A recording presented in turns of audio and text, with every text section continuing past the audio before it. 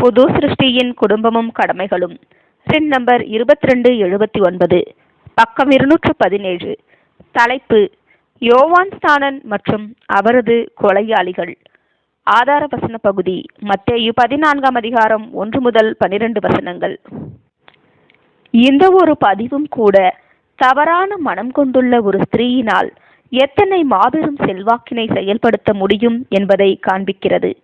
ஏரோதியாளாகிய இந்த பொல்லாத ஸ்திரீக்கு இடம் கொடுக்கத்தக்கதாக தனது சட்டப்பூர்வமான மனைவியை ஏரோது தள்ளிவிடும் அளவிற்கு ஏரோது அவளது செல்வாக்கின் கீழ் காணப்பட்டான்.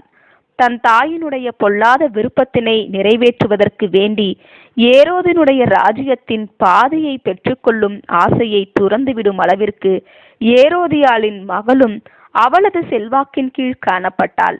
இங்கு நமக்கு முன்புள்ள ஒரு பாடம் என்னவெனில், ஸ்திரீகள் இயல்பாகவே ஆண்களை காட்டிலும் உணர்ச்சி பூர்வமானவர்களாகவும் அனுகூலமான சந்தர்ப்பங்களில் நல் உணர்வுகளினால் கட்டுப்படுத்தப்பட்டவர்களாகவும் இருப்பினும், ஒருவேளை அவர்கள் தீய மனமுள்ளவர்களாகவும் பொல்லாதவர்களாகவும் மாறிப்போனால் இதற்கேற்ப தங்கள் சகோதரர்களை காட்டிலும் பொல்லாப்பின் உச்ச எல்லைக்கும் கூட சென்றுவிடும் தன்மையுடையவர்களாய் இருப்பார்கள். பாவம் மற்றும் சுயநலத்தின் தீமையான ஆவி இல்லாதவர்களாக மாத்திரம் இராமல் கிறிஸ்துவின் ஆவியினால், பரிசுத்த ஆவியினால் நிரம்பி காணப்படுவதும் ஆண்களுக்கு மிக முக்கியமானதாகும். இப்படியே நன்மை அல்லது தீமைக்கு ஏதுவான உணர்ச்சிகரமான இயல்பை அதிகமாய் பெற்றிருக்கும் ஸ்திரீகளுக்கும் மிக அதிக முக்கியமாய் காணப்படும்.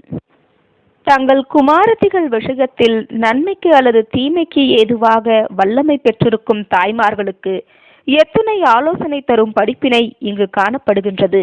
வேத வாக்கியங்களில் சொல்லப்பட்டது போன்று ஸ்திரீகளின் செல்வாக்கு செயல்படுத்தப்படுவதற்கான சரியான எல்லை இல்லத்திலே ஆகும் என்று இங்கு நாங்கள் குறிப்பிடுகின்றோம்.